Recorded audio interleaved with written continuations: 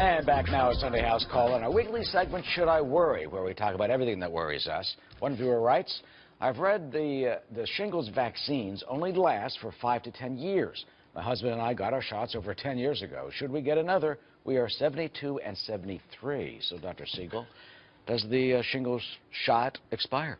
First of all, the viewer is right. They only last 5 to 10 years. Oh, wow. I can't tell this viewer to get the shot because I don't know their underlying medical condition. And one thing we should tell people is it's a live virus, meaning if you had HIV or an immunocompromised condition or you were pregnant, we wouldn't give it to you. But assuming they had it 10 years ago and they did well with it, they probably should have it now. There's 1 million cases of shingles every year, Eric, and 95% of adults got chickenpox when they were a kid, 99% over the age of 50. That means you have the virus. The virus is hidden in your nerves. Okay. It's hidden in your nerves. And 1 million times with 1 million people, and 1/3 of all adults are going to get shingles over the course of their lifetime.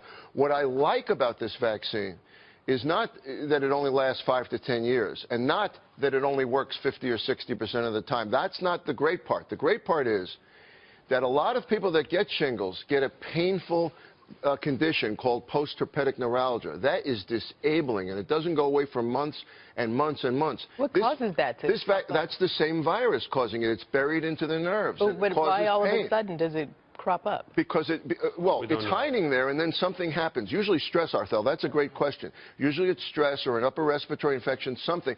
A lot of the times we don't know why you get it. But you get this rash, which is very blistery. It looks like a band.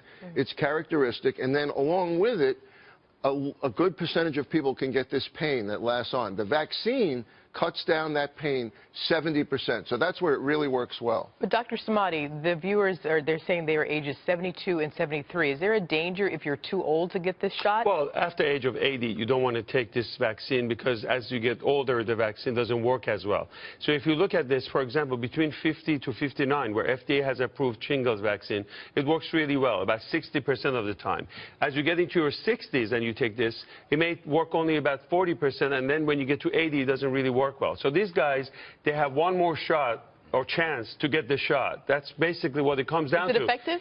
It does work in about 50% of the time, but shingles itself, even though it's not pleasant and you will get blisters around the side of the torso and it's itching and painful, that's not a big deal because that disappears about a month or so.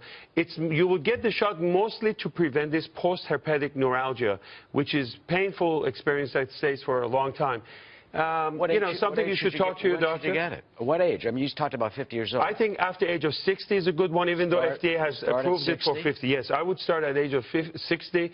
The other thing is that if you're allergic to neomycin, antibiotic, or if you're allergic to gelatin, and if you have history of leukemia, lymphoma, HIV, stay away from this. Quickly, what if I don't get the shot, I get the shingles?